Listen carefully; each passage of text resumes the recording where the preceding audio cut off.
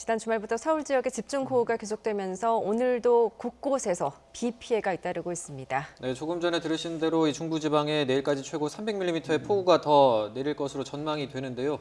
관련된 내용 김승배 한국기상산업협회 본부장과 함께 자세히 짚어보겠습니다. 어서 오십시오. 예, 어서 오세요. 네. 예, 이번 장마 정말 큰 피해를 남기고 있습니다. 지금 사망자도 12명이나 되고 실종도 13명, 그리고 수백 명의 좀 이재민이 발생을 했는데 왜 이렇게 큰 피해를 남겼다고 보십니까? 네, 그 이번 장마에 거의 끝 무렵 들어서서 그러니까 남쪽에만 머물렀던 이 장마 전선이 지난 7월 하순, 정확하게는 한 7월 28일경부터 중부지방까지 올라왔는데 그 이후로 지금까지 여러 날 거의 제자리에 머무르면서 비를 뿌리고 있는데요.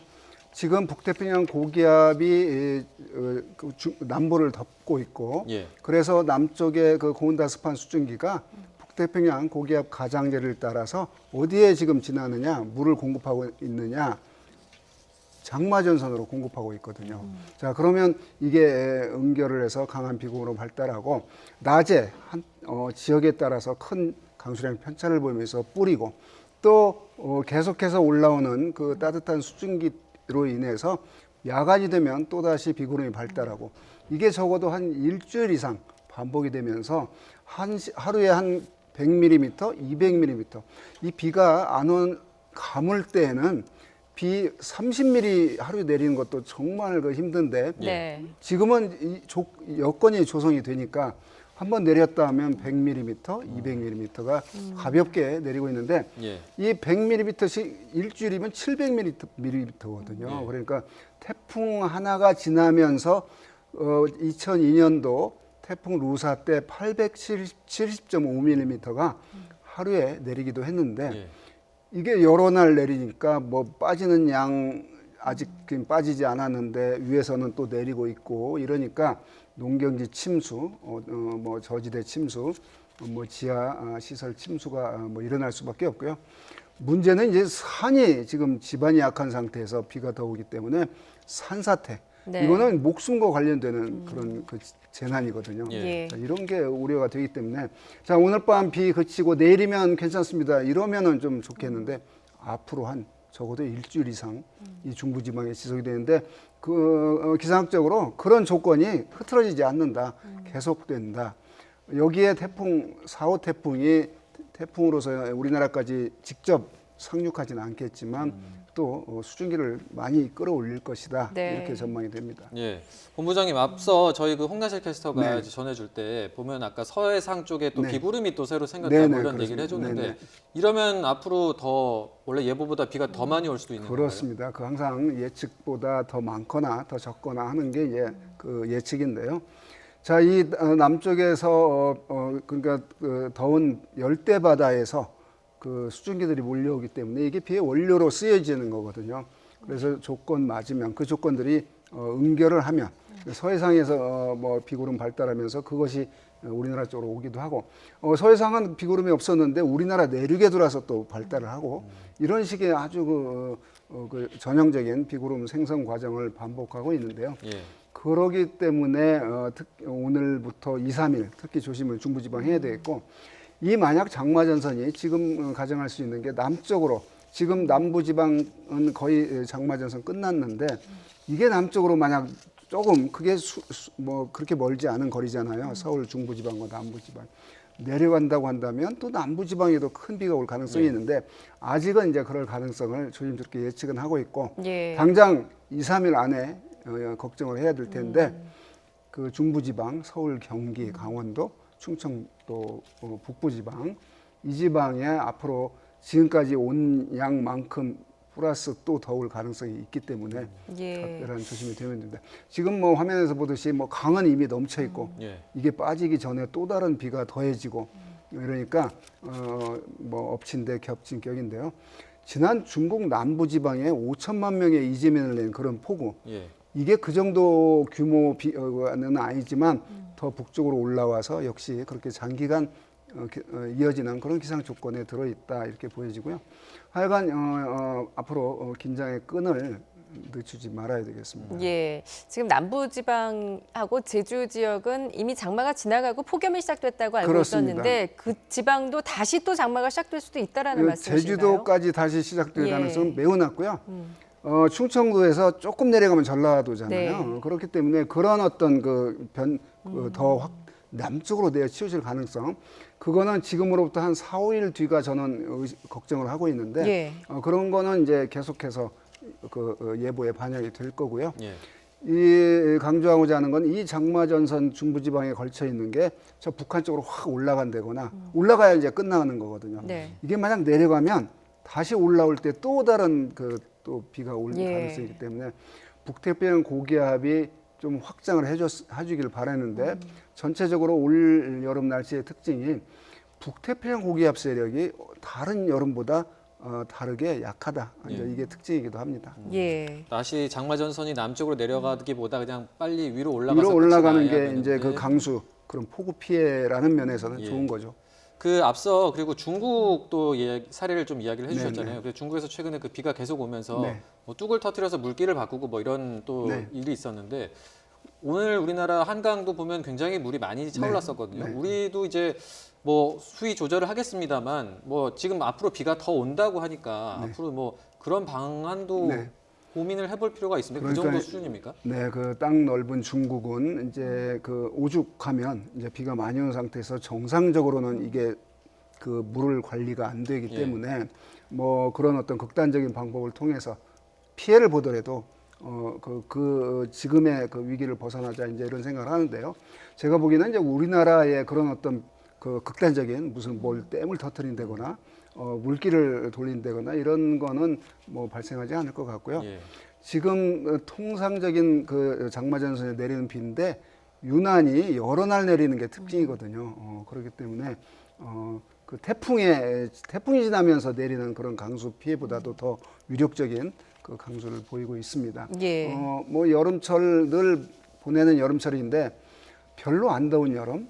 태풍이 지금 7월, 8월이면 벌써 한두 개씩 우리나라 상륙을 했을 그런 여름인데 태풍이 잘 많이 발생하지 예. 않은 여름. 대신에 장마전선이 여러 날 지속되는 여름으로 뭐 2020년 여름이 아주 기억될 것으로 보입니다. 예, 이번 장마의 특징이라고 하면은 또 여러 날 지금 장기간 지속되고 있긴 하지만 좀 좁은 지역에 많은 양을 내린다는 그렇습니다. 게 특징 아닙니까? 뭐 이를테면은 평택에는 반나절에만 비가 130mm 이상이 쏟아졌다고 하는데 이 정도는 어느 정도 위력이라고 볼 수 있을까요? 네, 그 며칠 전에 대전에 하룻밤에 한 190mm 네. 내려가지고 난리가 났지 않습니까? 우리가 비를 숫자적으로 50mm, 100mm 이제 1시간에 내리는 양인데 시간당 30mm 이상의 비를 기상학적으로 이제 기상청에서는 집중호우라고 구분을 하고요. 네. 1년 내릴 강수량의 10%가 하루에 내리는 거. 예를 들면 우리나라가 뭐 강수량 1,400, 1,300 이 정도 1년에 그거의 10%면 한 130mm가 만약 하루에 내린다. 이게 이제 집중호우인데요. 시간당 30mm 이상의 비가 내리면 꼭 어딘가 침수되고 이런 피해가 납니다. 예. 우리가 감각적으로 자동차를 타고 갈 때 비가 올 때 그 시야를 확보하기 위해서 와이퍼를 작동을 시키는데 금방 와이퍼 한번 지나갔는데 또 다시 물로 인해 시야를 가리는 정도. 그렇기 때문에 시간당 비로 인해서 빗방울 사이가 이렇게 보이는데 비가 내려서 시야가 안 보일 정도다. 이게 뭐 하여튼 시간당 한 50mm 정도 이상이죠. 예. 예. 그러니까 이제 그런 비가 지금 지역적으로 따져보면 아까 말씀드렸듯이 어디는 100mm 시간당 뭐 이런 정도의 비가 내리기 때문에 뭐 아무리 인간이 완벽한 그 배수 시설을 뭐 완벽하게 할 수는 없기 때문에 침수가 나긴 나는데 저는 다행인 게 매년 여름을 겪어왔지만 이렇게 많은 비에도 피해는 분명히 날 수밖에 없고 지금 보고 있는 대로 나고 있습니다. 인명피해도 나는데 예. 과거 같으면 아마 이 정도 피해면은 어마어마한 이재민, 더 많은 사망자 이것 속에서 지금 아마 그런 보도를 접할 텐데 네. 그나마 그동안 수많은 그런 어떤 그 대비로 이 정도로 해놓은 거다. 특히 이때쯤이면 지금 휴가철이지 않습니까? 예. 계곡에서 일가족 그 119 구조대원들이 구조하는 장면, 로프 타고 사람 이렇게 꺼내는 장면, 이런 장면은 올여름 없더라고요. 네. 그만큼 이제 거기에 대해서 많이 그 조심을 하고 또 대비를 하고 있는 것 같은데, 지금 대도시에서 도시에서 뭐 강남 지역에 넘친다거나 이런 것들은 이제 어찌 됐건 뭐 구조적인 거죠. 그걸까지 이런 비까지 대비해서 철저히 안 해놓은 그런 구조적인 거기 때문에 슬기롭게 하여튼 지금 배수구는 뭐 있는 배수구 한 번 더 다시 점검해서 밤사이 내리는 물이 또 막히거나 비닐로 덮여 있거나 그러지 않은 것을 확인해야 됩니다. 예. 왜냐? 비는 분명히 지금 오거든요. 어디에서건 지금 오늘 밤사이에 또 강하게 오고, 지금 이 시간에도 막 그 국지적으로 매우 좁은 네. 지역에서 강한 비가 저 강원도 경기 남쪽에 비구름이 있는데, 이거 지나고 나면 또 다시 아마 발생을 할 겁니다. 밤에 기온이 떨어지면 지금 대기 중에 포함되어 있는 수증기가 다시 또 응결을 하거든요. 다시 또 비구름이 만들어진다는 네. 얘기니까 오늘 밤에도 또 비가 많이 올 테고, 또 내일 역시 자고 나면 어딘가에 또 비구름들이 많이 몰려 있을 겁니다. 예, 상대적으로 이제 피해가 적은 것처럼 보일 수 있지만 아직 상황은 진행 중인 거고, 그리고 뭐 문제가 되는 부분은 없는지 계속 또 점검을 해가지고 방심을 하면 안 되는 거겠죠. 그렇습니다. 그러니까 이 장마전선, 북태평양 고기압 세력이 확 북한 쪽으로 올라갈 그런 조짐은 없기 때문에 거의 뭐 조금씩 남북으로 진동은 하고 있지만 밤이 되면 좀 처지기도 하고 그 물결이 출렁거리듯이 오르락내락 하고 있지만, 이 조건이 어떤 강한 거대한 공기의 흐름으로 깨지진 않는다. 그러니까 끝나진 않는다. 이게 문제일 것 같습니다. 예, 지금 역대급 뭐 긴 장마가 이어질 네. 가능성도 있다라는 얘기가 나오는데, 그동안 이제 장마 49일이 네, 그렇습니다. 최장 기록 아니었습니까? 어느 정도까지 더 이어질까요? 대개 이제 장마는 6월 하순 시작해서, 그러니까 6월 한 대략 한 20일, 뭐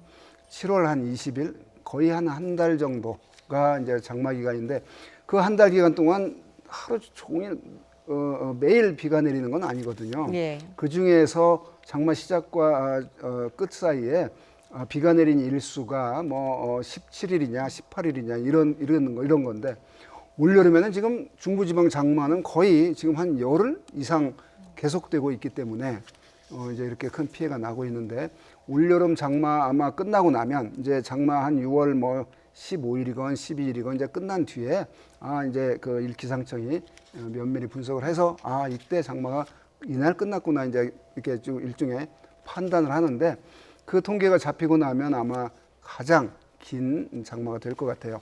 장마가 시작해서 끝난 제주도를 보면 지금 제주도 관측사상 장마가 가장 긴 여름으로 기록이 됐거든요. 예. 자, 우리 남부와 중부는 제주도보다 장마 시작이 한 2주 정도 늦었거든요. 6월 24일경에 시작이 됐는데 이 장마 끝난 뒤에 그 최장 장마 기록을 끼릴 가능성이 있고, 또 장마 기간 중에 내린 강수량으로도 또 기록을 끼릴 가능성도 있습니다. 예, 이렇게 뭐 여러 가지 기록들을 새로 쓸 것으로 네. 전망이 되는데 네.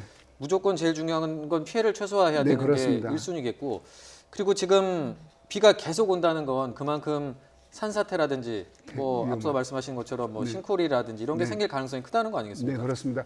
이 싱크홀 도심 지역에 어딘가에서 이 작은 물들이 시간이 지나면서 큰 그 홀을 만들고 이게 이제 무너지고 이런 건데요. 이제 그러한 위험 속에서 우리가 늘 살고 있거든요.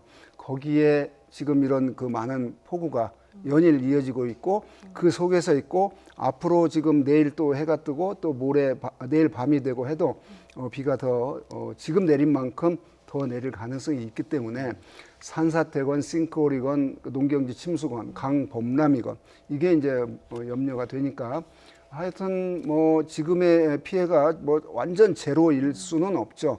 이 정도의 어떤 피해라는 걸 저는 매년 여름을 겪어왔기 때문에, 과거와 비교할 때는 역시 이 정도의 비를 우리 대한민국이 이 정도로 이렇게 피해를 막고 있구나는 거는 대단히 대단한 건데요. 지금 우리나라가 이제 그 태풍이 한번 온다거나 이럴 때 그 어떤 인명 피해 또 사회적인 피해 이런 게 많이 줄고 있는 건 사실인데, 아까 기후 변화가 지금 기후 변화 속에 있잖아요, 우리나라가.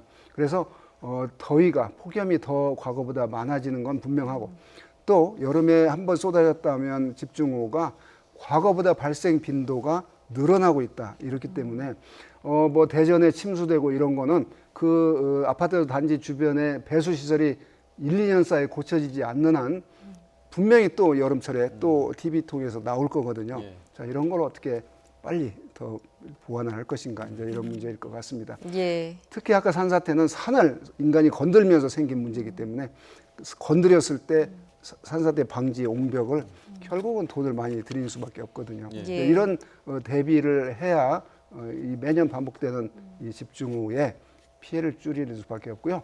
인명피해는 불필요한 외출을 정말 삼가해야 됩니다. 지금 인명피해 보면은 그냥 어이없는 그런 어쩔 수 없는 그런 예. 것들이잖아요. 그러니까 이제 그런 면에서 우리가 이런 방송을 통해서 그 비가 많이 온다는 정보를 접하고 있고 또 이게 뭐 금방 끝나지 않을 거라는 정보도 다 접하고 있기 때문에 철저한 대비가 필요합니다. 예. 지금 올여름 첫 태풍행 그 하구핏도 북상을 하고 있는데 일단 현재 진로대로라면 한반도에 상륙할 가능성은 현재로서 그렇습니다. 없는 거죠. 네, 이 태풍이 지금 북태평양 고기압이 그 남부하고 중국 쪽까지 덮여 있는데 이걸 뚫고 와야 되거든요. 그런 정도로 강한 태풍은 아니기 때문에 한 내일 밤, 그러니까 내일이라는 게 4일 밤, 5일 새벽경이면 태풍의 일생을 마칠 것이다. 태풍의 중심 부근의 바람이 초속 17m 이하로 떨어지면, 그러니까 16m로 떨어지면 태풍이 아니라고 말하는 거거든요. 예. 그렇다고 손치더라도 강력한 바람과 많은 수증기는 갖고 있는 게 이제 태풍의 일생을 마친 뒤에도 특징인데 그게 우리나라까지 움직여서 중심이 오진 못하지만 태풍에 동반된 수증기들은 그 북태평양 고기압 가장이를 타고 어디 다른 데 가고 올 데 없다. 우리 장마전선으로 공급이 될 것이다. 이렇게 예상이 됩니다. 예. 예. 본부장님 이제 앞서도 저희가 말씀을 해주셨지만, 그러니까 뭐 시간당 30mm만 이상만 와도 굉장히 비가 많이 오는 거고, 그렇습니다. 네. 그러니까 이럴 때는 보기보다 물이 자기 생각보다 빨리 차잖아요. 그렇습니다. 그래서 네. 가급적 무조건 이제 위험한 곳은 안 가는 게 최선이지 않겠습니까? 좀 그런 주의해야 될 것들을 몇 가지 좀 짚어주시죠. 네, 그렇습니다. 이제 차를 운행할 때 물 웅덩이를 만난다거나 계곡물을 지난다거나 지하차도를 건넌다거나 할 때 차바퀴 반절 이상 찼을 때는 그 운행 중에 엔진이 꺼질 가능성이 있기 때문에 절대 들어가면 안 되고 뭐 그 자리를 빨리 차를 놓고 대피를 해야 되고요. 그 산사태 지역은 특히 지금 그 뒤에 그 산사태 발생 가능성이 있는 집들에 있는 분들은 지금 이 시간 이 밤을 거기서 보내면 안 되고요. 어디 안전한 곳으로 피해야 되고요. 예.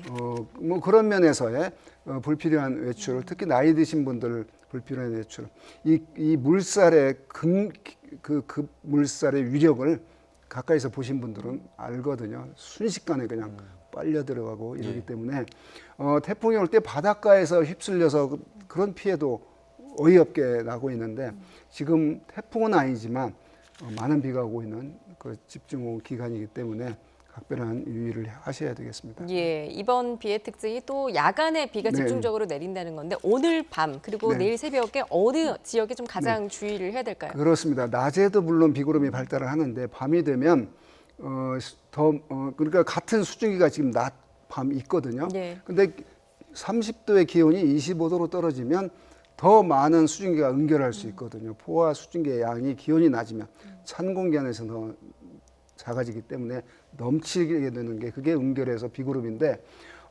그런 지역들 특히 중부 내륙 그 산간 지역들 그 강원도 영서 지방이라거나 충청북도 산간 지방에는 아까 말한 다른 도시 지역보다 더 기온이 낮아져서 서늘해지는 곳이거든요. 그런 지역은 더 많은 비구름이 만들어지고 더 많은 비가 쏟아질 수 있다. 그래서 오늘 밤 특히 조심해야 될 것들이 최근에 강수 패턴과 비슷합니다. 네. 충청북도 그 산간지방, 강원도 영서지방, 경기도 그 동쪽 이쪽 지역에서 더 많은 전체적으로 중부지방이 다 많은 비가 우려가 돼서 예. 호우경보가 지금 내려져 있기 때문에 호우경보 지역 안에서 많은 비가 올 가능성이 높은데 제가 말씀드렸듯이 그 산간지방은 지형적인 효과가 더해지니까 각별히 조심해야 되겠고 그런 지역에 지금 머무는 분들은 거의 비상대기 네. 또는 지금 피신하거나 그래야 그 소중한 인명 피해가 없을 겁니다. 예. 안전한 곳으로 피신까지 말씀해 주셨는데 네네. 요즘에 또 휴가철이다 보니까 뭐 지역 펜션이나 이런 곳들도 많이 가셨을 텐데 이런 분들은 이제 그러니까 좀 보시고 대피를 하시는 게 낫나요? 그런데 이제 막 현실에서는 거기까지 가서 이 방송 듣고 짐 싸가지고 참 오기는 또 그렇잖아요. 그래서 아까 말했듯이 산을 깎은 지역인지 그 다음에 뭐 편안하게 어차피 갔는데 숙면 자고 있다거나 이러면 안 되고요. 깨어 있어야 되고요. 뭐 그런 면에서 참 조심을 해야 되는데 특히 이 계곡에 텐트 치신 분들은 없는 것 같아요. 예. 그 매년 여름에 보이는 그 텐트 치고 있다가 그 로프로 막 구조되고 이런 장면은 없는 게 이 여름철 폭우에 대한 그 대책 이 변화이기도 합니다. 그만큼 아마 관리사무소나 지자체가 그 계곡은 엄청 잘 통제하고 관리를 하고 있는 것으로 보여집니다. 예. 자, 뭐 오늘 밤 그리고 내일 새벽 사이에 충청과 경기 남부, 중부지방에 특히 산간지대에 계신 분들 만반에 대비하셔야 될 것 같습니다. 지금까지 김승배 한국기상산업협회 본부장과 함께했습니다. 잘 들었습니다. 고맙습니다.